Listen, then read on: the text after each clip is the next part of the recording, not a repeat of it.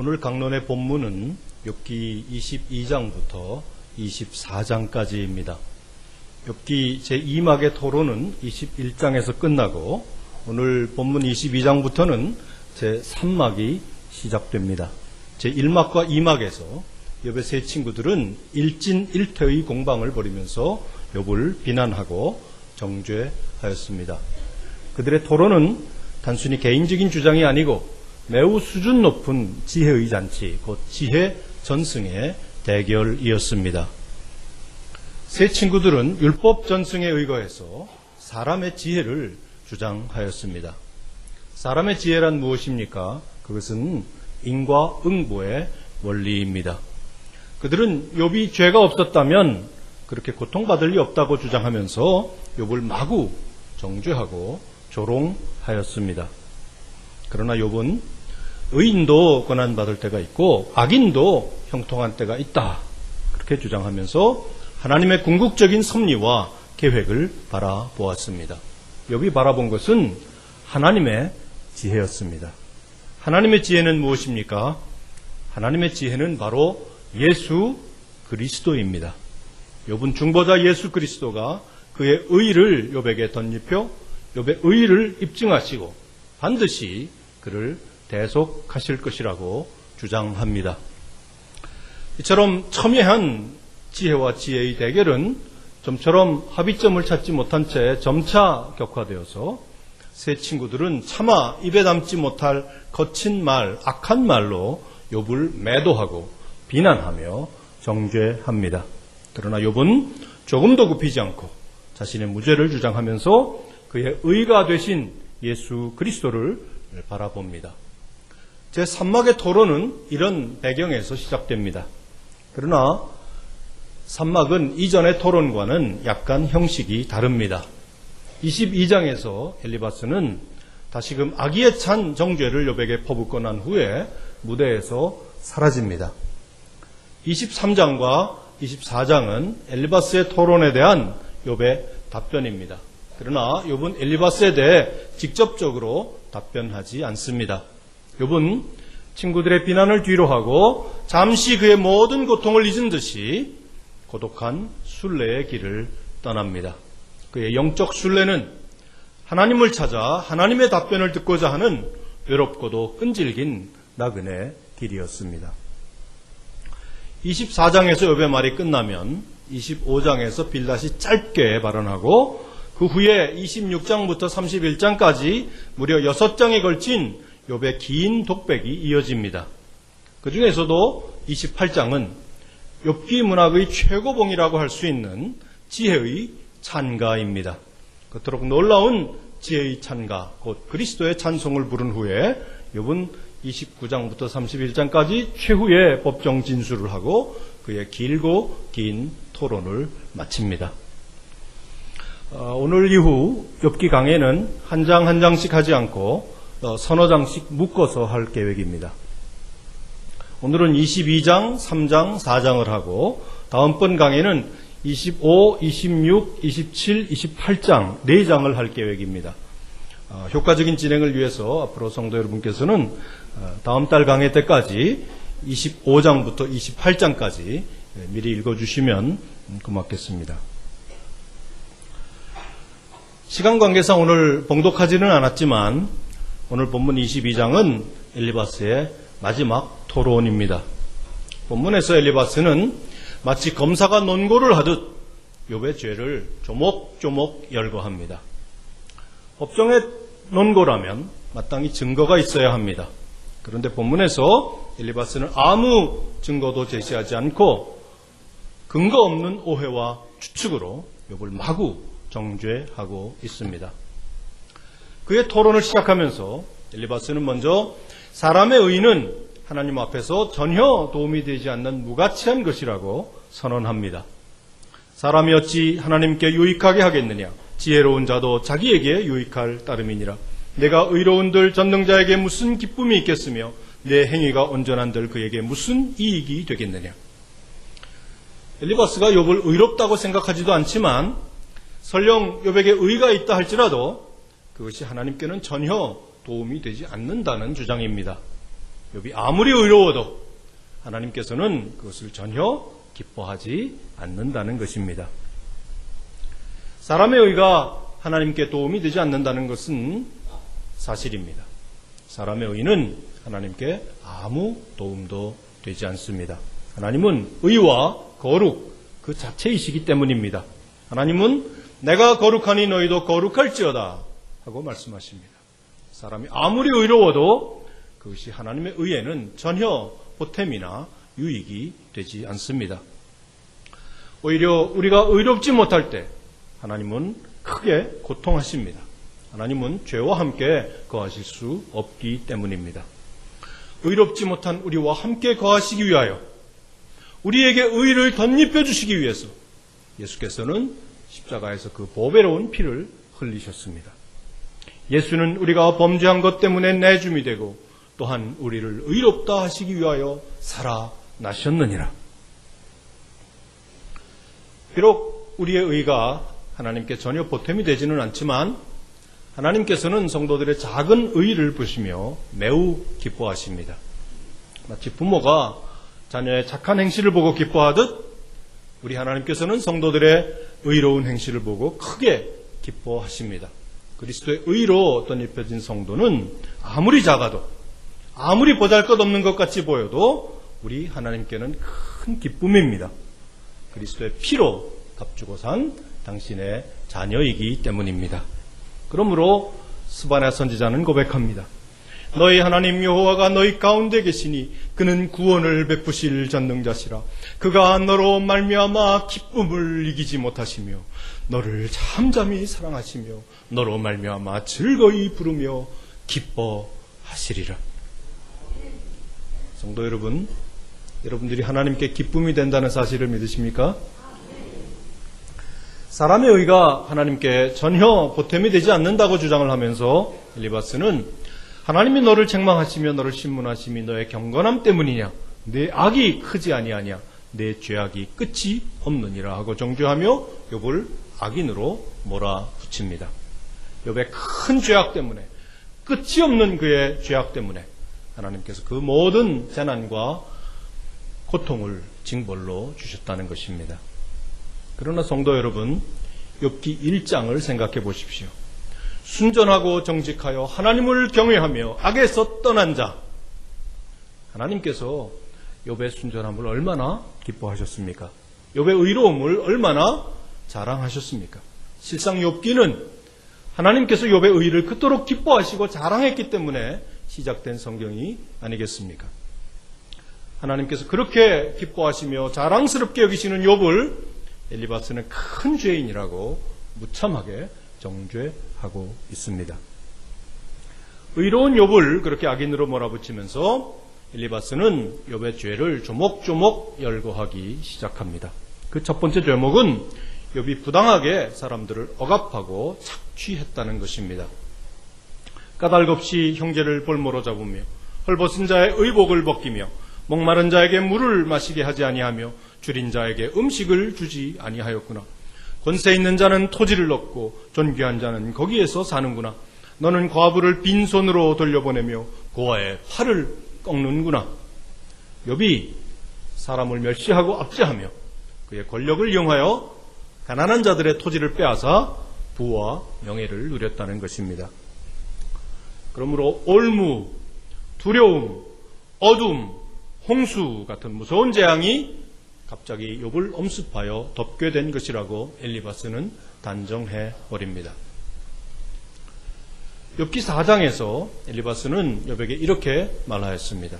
보라, 전에 내가 여러 사람을 훈계하였고 손이 늘어진 자를 강하게 하였고 넘어지는 자를 말로 붙들어 주었고 무릎이 약한 자를 강하게 하였거늘. 그런데 어느 틈에 엘리바스는 그의 태도를 180도 바꾸어서 욥이 까닭없이 형제를 볼모 잡으며 고아의 팔을 꺾었다고 비난합니다.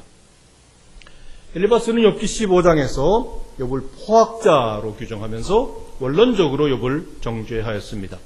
그런데 이제는 구체적으로 죄목을 열거하며 정죄합니다.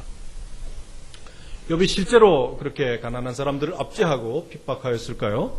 그렇지 않습니다. 욥기 31장에서 욥은 이렇게 고백합니다. 내가 언제 가난한 자의 소원을 막았거나 과부의 눈으로 실망하게 하였던가? 나만 혼자 내 떡덩이를 먹고 고아에게 그 조각을 먹이지 아니하였던가? 실상은 내가 젊었을 때부터 고아 기르기를 그의 아비처럼 하였으며 내가 어렸을 때부터 과부를 인도하였노라. 만일 나를 도와주는 자가 성문에 있음을 보고 내가 주먹을 들어 고아를 향해 휘둘렀다면 내 팔이 어깨뼈에서 떨어지고 내 팔뼈가 부스러지기를, 그 자리에서 부스러지기를 바라노라. 나는 하나님의 재앙을 심히 두려워하고 그의 위엄으로 말미암아 그런 일을 할 수 없느니라. 욥이 스스로 고백한 것처럼 욥은 어려서부터 고아와 과부를 돌아보며 가난한 자들을 도와주던 의롭고 순전한 사람이었습니다. 그런데 본문에서 엘리바스는 아무 근거도 없이 막연한 오해와 추측으로 욥에게 억울한 누명을 덮어 씌우고 있습니다. 욥의 두 번째 죄목은 그가 하나님을 멸시하고 무시했다는 것입니다. 하나님은 높은 하늘에 계시지 아니하냐? 보라, 우두머리별이 얼마나 높은가? 그러나 내 말은 하나님이 무엇을 아시며 흑암 중에서 어찌 심판하실 수 있으랴? 빽빽한 구름이 그를 가린즉 그가 보지 못하시고 둥근 하늘을 거니실 뿐이라 하는구나. 이것이 엘리바스의 말입니다. 욥이 하나님을 빽빽한 구름 속에 가둬놓고 하나님은 아무것도 모르신다며 하나님을 모독하고 멸시했다는 것입니다. 그러나 욥은 결코 그런 이야기를 한 적이 없습니다. 욥은 오히려 그를 분초마다 시험하시는 하나님, 침 삼킬 동안도 놓지 않으시는 하나님의 지나친 간섭을 불평하곤 했습니다. 욥을 정죄하기에 급급해서 엘리바스는 이제 욥이 하지도 않은 말을 했다고 주장하면서 그에게 신성 모독죄를 뒤집어 씌우고 있습니다. 그뿐이 아닙니다. 엘리바스는 앞뒤 문맥을 살피지 않고 욥의 말을 토막내어서 그 부분만 인용하면서 욥에게 그런 말을 했다고 죄를 뒤집어 씌웁니다. 그 첫 번째 예가 22장 17절입니다. 욥기 21장에서 욥은 악인들이 세상의 온갖 호사를 다 누리면서도 하나님을 거부하고 조롱한다고 악인들을 비판한 적이 있습니다. 악인들은 말합니다. 우리를 떠나소서 우리가 주의 도리 알기를 바라지 아니하나이다. 전능자가 누구이기에 우리가 섬기며 우리가 그에게 기도한들 무슨 소용이 있으랴. 이것은 악인들의 말입니다. 그런데 오늘 본문 17절에서 엘리바스는 악인들의 이 말이 바로 욥이 한 말이라고 거꾸로 욥에게 죄를 뒤집어 씌웁니다. 욥이 의도적으로 하나님을 거부하고 조롱했다는 것입니다. 두 번째 예는 본문 18절입니다. 욥기 21장에서 욥은 그러나 그들의 행복이 그들의 손안에 있지 아니하니 악인의 계획은 나에게서 멀구나 하면서 그가 악인의 길을 도저히 용납할 수 없다고 말했습니다. 그런데 본문 18절에서 엘리바스는 욥의 이 말을 그대로 받아서 욥, 내가 그 말을 했으니 내가 바로 그 악인이다 라고 단정하며 욥을 정죄합니다. 그러면서 엘리바스는 말합니다. 내가 악인이 밟던 옛적 길을 지키려느냐? 그들은 때가 이르기 전에 끊겨버렸고 그들의 터는 강물로 말미암아 함몰되었느니라. 욥이 그 옛날 노아 홍수 때 멸망한 사람들처럼 처참하게 패망할 것이라는 것입니다. 욥과 같은 악인이 망하고 나면 의인들은 이제야 드디어 하나님께서 그들의 모든 대적을 심판하셨다고 기뻐하며 환호한다고 엘리바스는 주장합니다. 엘리바스는 세 친구 중에서 가장 나이도 많고 점잖은 사람이었습니다. 그런데 어느 틈에 엘리바스는 이렇게 지독하게 악의에 차서 욥을 짓누르며 저주하고 있습니다. 그렇게 인정사정 볼 것 없이 욥을 공격하던 엘리바스는 본문 21절에서 갑자기 태도를 돌변해서 하나님과 화목하라고 욥에게 주문합니다. 너는 하나님과 화목하고 평안하라. 그리하면 복이 내게 임하리라. 청하건대 너는 하나님의 입에서 교훈을 받고 하나님의 말씀을 내 마음에 두라. 내가 만일 전능자에게로 돌아가면 내가 지음을 받을 것이며 또 내 장막에서 불의를 멀리하리라. 내 보화를 티끌로 여기고 오빌의 금을 계곡의 돌로 여기라. 그리하면 전능자가 내 보화가 되시며 내게 고귀한 은이 되시리니 이에 내가 전능자를 기뻐하여 하나님께로 얼굴을 들 것이라. 너는 그에게 기도하겠고 그는 들으실 것이며 너의 서원을 내가 갚으리라. 내가 무엇을 결정하면 이루어질 것이요 내 길에 빛이 비추리라. 사람들이 너를 낮추거든 너는 교만했노라고 말하라. 하나님은 겸손한 자를 구원하시리라. 죄 없는 자가 아니라도 건지시리니 내 손이 깨끗함으로 말미암아 건지심을 받으리라. 엘리바스의 말은 얼뜻 보면 매우 그럴듯하지만 실상은 근본적인 성찰이 없는 율법적인 발언에 불과합니다. 사람의 의지와 결심으로는 결코 하나님과 화목할 수 없기 때문입니다. 죄 문제가 해결되기 전에는 결코 하나님과 화목할 수 없습니다. 하나님은 죄와 함께 거하실 수 없는 분이기 때문입니다. 욥은 중보자 예수 그리스도만이 우리 죄를 속하시고 하나님과 화목해 할 수 있다는 사실을 잘 알고 있었습니다. 그러므로 욥은 고백합니다. 내가 알기에는 나의 대속자가 살아계시니 마침내 그가 땅 위에 서실 것이라. 진정으로 하나님과 화목하기 위하여, 진정으로 하나님의 평안을 누리기 위하여 욥은 우리 주 예수 그리스도의 오심을 기다리고 또 기다렸던 것입니다. 성경은 밝히 말합니다. 사랑은 여기 있으니 우리가 하나님을 사랑한 것이 아니요 하나님이 우리를 사랑하사 우리 죄를 속하기 위하여 화목제물로 그 아들을 보내셨습니다. 우리가 원수 되었을 때 그의 아들의 죽으심으로 말미암아 하나님과 화목하게 되었은즉 그는 우리의 화평이신지라. 성도 여러분, 오직 주 예수 그리스도의 십자가 피로만 우리가 하나님과 화목해 될 수 있다는 구원의 도리를 믿으십니까? 오직 십자가 복음만이 우리에게 참 평화를 준다는 사실을 믿으시죠? 욥기 23장과 24장은 엘리바스의 무자비한 공격에 대한 욥의 답변입니다. 그러나 욥은 엘리바스에게는 한마디도 대꾸하지 않고 홀로 하나님을 찾아 외로운 순례의 길을 떠납니다. 재난과 고통에 찌들어 온몸이 만신창이가 된 고독한 순례의 길이었지만 욥은 한 가지 확실한 믿음을 가지고 있었습니다. 그가 마침내 하나님을 대면할 때 하나님께서 그를 결코 책망하지 않으시고 그의 무죄를 선언하시며 그의 의를 입증해 주실 것이라는 믿음이었습니다. 그 같은 확신 속에서 욥은 당당하게 외칩니다. 나의 가는 길을 오직 그가 아시나니 그가 나를 단련하신 후에는 내가 정금같이 나오리라.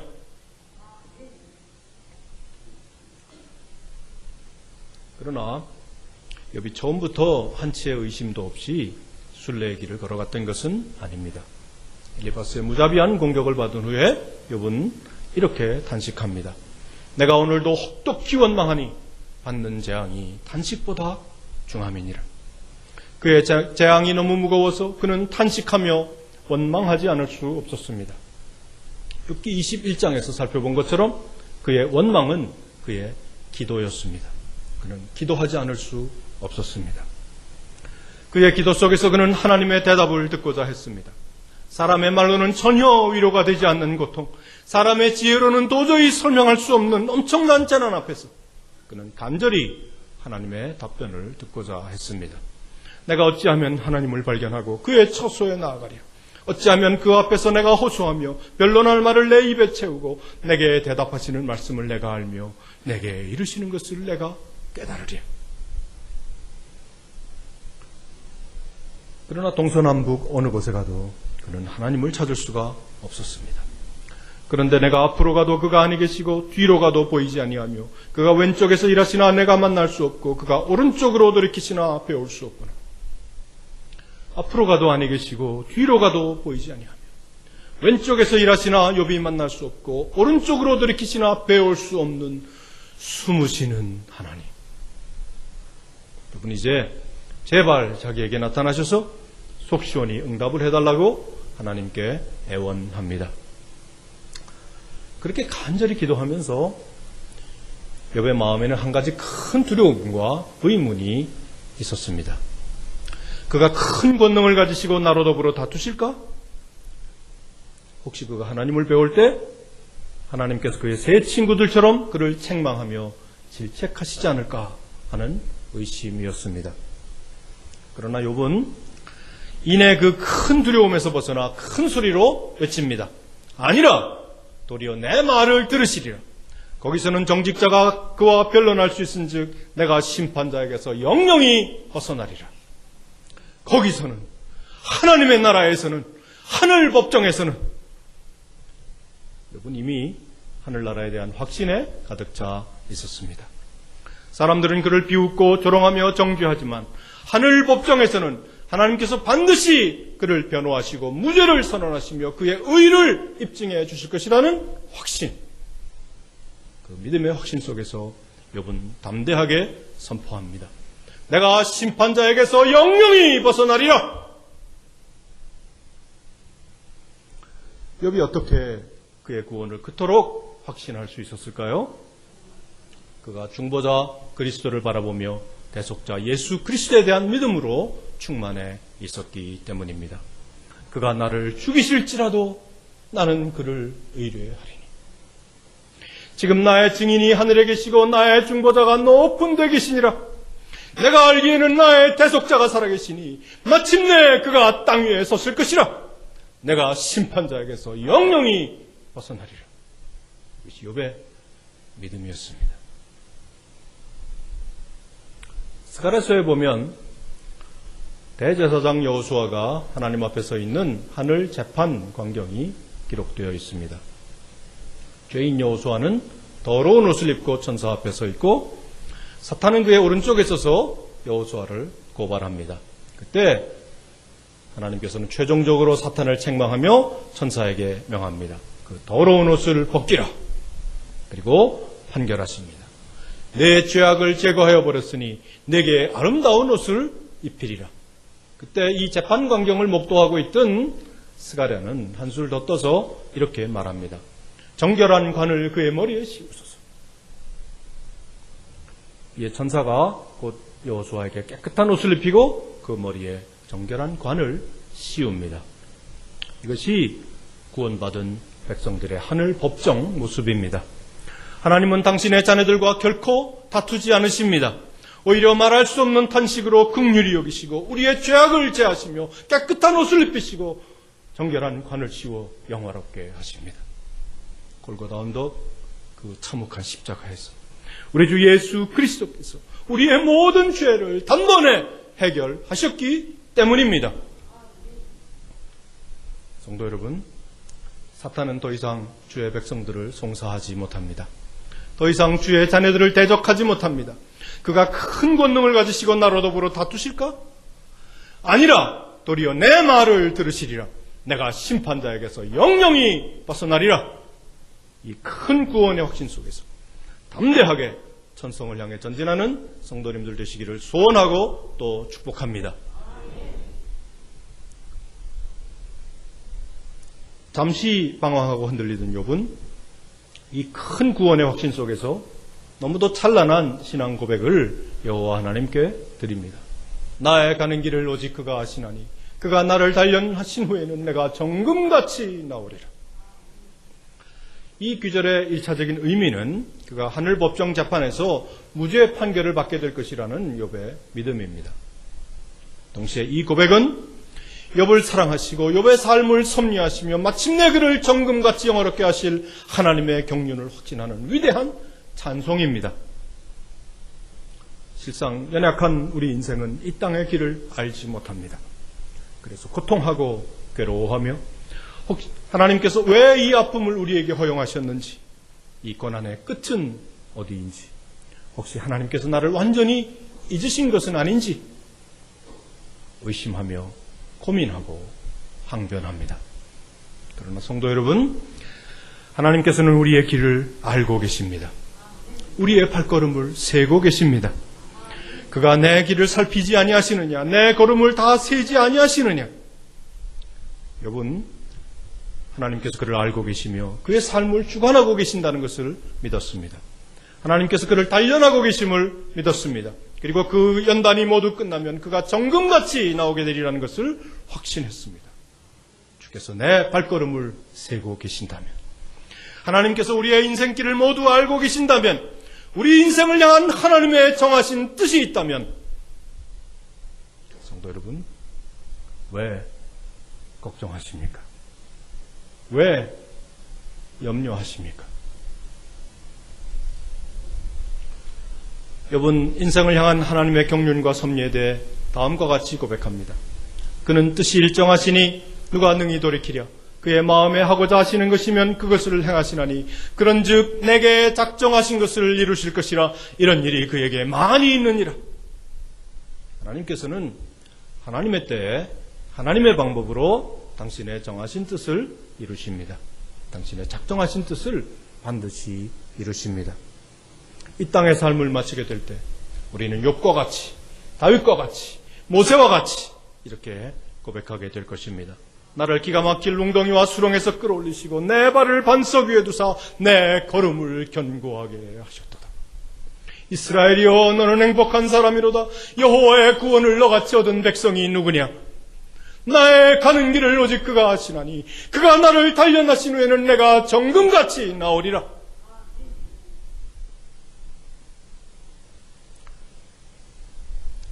하나님께서는 당신의 자녀들을 무엇으로 훈련하실까요? 욥은 하나님께서 말씀으로 그를 훈련시키신다고 말합니다. 내 발이 그의 걸음을 바로 따랐으며 내가 그의 길을 지켜 치우치지 아니하였고 내가 그의 입술의 명령을 어기지 아니하고 정한 음식보다 그의 입의 말씀을 귀히 여겼도다. 욥은 알고 있었습니다. 아무리 극한 고난 속에 있을지라도 그가 하나님의 말씀을 떠나지 않고 그 말씀을 귀히 여기면 하나님께서 반드시 그를 회복시키시고 정금과 같이 단련시키신다는 사실을 욥은 굳게 믿고 있었습니다. 욥기 23장은 내가 오늘도 혹독히 원망하니 받는 재앙이 단식보다 중함이니라 하는 욥의 탄식으로 시작합니다. 그러나 23장의 발언을 마치면서 욥은 새삼 하나님의 엄위하심에 대한 그의 두려운 마음을 고백합니다. 그러므로 내가 그 앞에서 떨며 지각을 얻어 그를 두려워하리라. 하나님이 나의 마음을 약하게 하시며 전능자가 나를 두렵게 하셨나니 이는 내가 두려워하는 것이 어둠 때문이나 흑암이 내 얼굴을 가렸기 때문이 아니로다. 그가 하나님을 새롭게 발견하게 된 것입니다. 그것이 진정 하나님을 대면한 자, 말씀의 능력을 깊이 체험한 자들이 심령 깊은 곳에서 터쳐나오는 영혼의 고백입니다. 그의 고통을 훨씬 뛰어넘는 하나님께 대한 지극한 경외와 찬송입니다. 주님을 만난 베드로는 이렇게 고백합니다. 주여, 나를 떠나소서. 나는 죄인이로소이다. 오늘 주를 배움는 이 뜨거운 영혼의 고백이 우리 모두의 고백이 되기를 진정으로 소원합니다. 이토록 찬란한 영혼의 고백을 하나님께 드리면서 여러분 이제 그의 시선을 돌려서 고통받는 이웃들을 바라봅니다. 하나님 앞에서 자신의 정당함이 입증될 영광스러운 재판을 생각하다가 까닭없이 고통받는 이웃들의 아픔에 그의 생각이 미치게 된 것입니다. 욥기 24장에서 욥은 이 세상의 모든 구조적인 악을 고발합니다. 그리고 하나님께서 자신의 억울함뿐 아니라 고통받는 모든 이웃들의 억울함도 함께 풀어주실 것을 굳게 확신합니다. 이 세상에 가득 찬 악을 지켜보면서 욥은 먼저 이렇게 탄식합니다.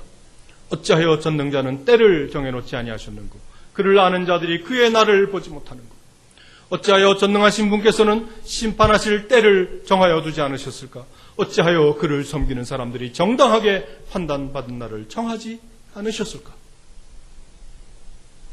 욥은 지금 하나님의 때를 간절히 기다리고 있습니다. 이와 같은 탄식과 더불어 욥은 이 세상의 모든 개인적인 범죄, 구조적인 사회악을 함께 고발합니다.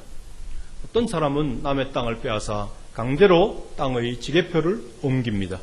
어떤 사람은 남의 양떼를 빼앗고 가난한 과부의 소를 볼모 잡으며 불쌍한 고아의 나귀를 강탈합니다. 가난한 자들을 모두 길에서 몰아내니 그들은 갈 곳이 없어 몰래 숨어서 숨을 죽입니다. 그들은 먹을 것을 찾아 거친 광야에서 들나귀처럼 닥치는 대로 온갖 노동을 다합니다. 그런데도 줄인 배를 채울 길은 없습니다. 백방으로 음식을 구하려 다녀보지만 아무 곡식도 남아있지 않는 빈 들만이 그들을 기다릴 뿐 그들의 자녀에게 먹을 것을 주는 사람은 아무도 없습니다. 혹시라도 밭에 떨어진 이삭을 살피며 악인들이 남겨둔 포도를 따보려고 하지만 그나마 그것도 신통치가 않습니다. 악인들이 무슨 인정이 있어서 가난한 사람들을 위해 곡식단과 포도를 넉넉하게 남겨놓았겠습니까? 그들은 입을 옷이 없어 벗은 몸으로 밤을 지새웁니다.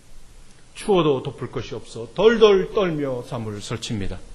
비가 오면 그 비를 고스란히 맞아야 하고 가릴 것이 없어 바위를 안고 견뎌야 합니다. 빚을 못 갚는다고 고아를 그 어미의 품에서 빼앗으며 가난한 자의 젖먹이를 볼모 잡습니다.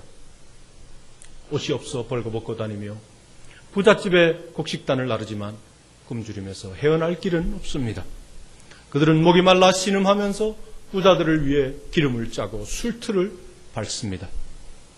성중에는 죽어가는 자들이 신음하고 상한 자가 아우성치며 부르짖지만 세상의 모든 부조리와 악은 조금도 개선되지 않고 여전히 기승을 부립니다. 마치 하나님이 계시지 않은 듯, 하나님이 그들의 참상을 외면하시는 듯 세상은 온갖 더러운 악으로 뒤덮여 있습니다. 세상에는 그런 죄만 있는 것이 아닙니다. 이 땅은 몰래 숨어서 죄를 짓는 사람들로 가득 차 있습니다. 그들은 모두 광명을 배반하는 사람들, 곧 빛을 싫어하는 사람들입니다. 그들은 빛을 싫어하기 때문에 빛이 비추는 밝은 길로 다니지 않습니다. 그들은 어둠 속에서 복면을 하고 살인하며 도둑질하고 간음을 저지릅니다. 이 모든 구조적인 부조리와 사회악을 고발한 후에 욥은 하나님께서 반드시 그들을 징벌하시고 가난한 자들의 고통을 제하여 주실 것이라고 선포합니다. 가련한 여인들을 박대하며 과부를 학대한 세상의 악인들은 모두 물처럼 흘러가고 그들의 소유는 저주를 받게 될 것입니다. 악인들이 다시는 그들의 포도원 길을 거닐지 못하게 될 것이라고 욥은 선언합니다. 가뭄과 더위가 몰려오면 겨우내 눈 녹은 물이 순식간에 증발해버리듯 악인들에게는 갑자기 죽음이 임하여 그들은 모두 지옥에 떨어지게 될 것입니다. 그들의 시신은 구더기에 밥이 되고 그들의 어머니도 그들을 기억조차 하지 못합니다. 마치 나뭇가지를 꺾어버리시듯 하나님께서 그들의 모든 악과 불의를 일시에 꺾어버리실 것이라고 욥은 기뻐하며 환호합니다. 하나님께서 강포한 자들을 모두 이끌어내시니 살아남을 자는 아무도 없습니다. 악인들에게 일시적으로 평안과 형통이 허락되는 것 같지만 그것은 아주 잠시일 뿐 종국에는 하나님께서 반드시 그들을 심판하신다고 욥은 단언합니다. 이것이 욥이 깨달은 하나님의 공의요 정의입니다. 가령 그렇지 않을지라도 능히 내 말을 거짓되다고 지적하거나 내 말을 헛되게 만들 자 누구랴. 그의 말을 반박할 자가 아무도 없으리라고 선언하면서 욥은 그의 긴 토론을 마칩니다. 욥기 22장에서 엘리바스는 욥이 가난한 사람들을 억압하고 착취했다고 정죄했습니다. 그러나 24장에서 욥은 가난한 자들의 참상을 묘사하고 그 사회악을 고발하면서 그들에게도 반드시 하나님의 공의가 임해서 그들의 억울함이 신원되어야 한다고 역설하고 있습니다. 이는 욥이 엘리바스가 열거했던 죄들을 범치 않았다는 반증이기도 합니다. 하나님을 찾는 외로운 순례길. 그는 이제 눈에는 아무 증거 아니 배워도 그의 인생길을 작정하시고 마침내 그 뜻을 이루시는 하나님. 세상의 모든 악을 심판하시고 마침내 당신의 공의를 이루시는 하나님의 섭리. 그를 단련하셔서 마침내 그를 정금같이 만드시는 하나님의 경륜을 생각하며 그의 신앙을 고백하고 주를 찬양합니다. 그는 뜻이 일정하시니 누가 능히 돌이키랴. 그런즉 내게 작정하신 것을 이루실 것이라. 성도 여러분, 특별히 고통 중에 계신 성도 여러분, 욥의 이 고백이 오늘 우리 모두의 진실한 신앙 고백이 되기를 소원하고 또 축복합니다. 기도드리겠습니다.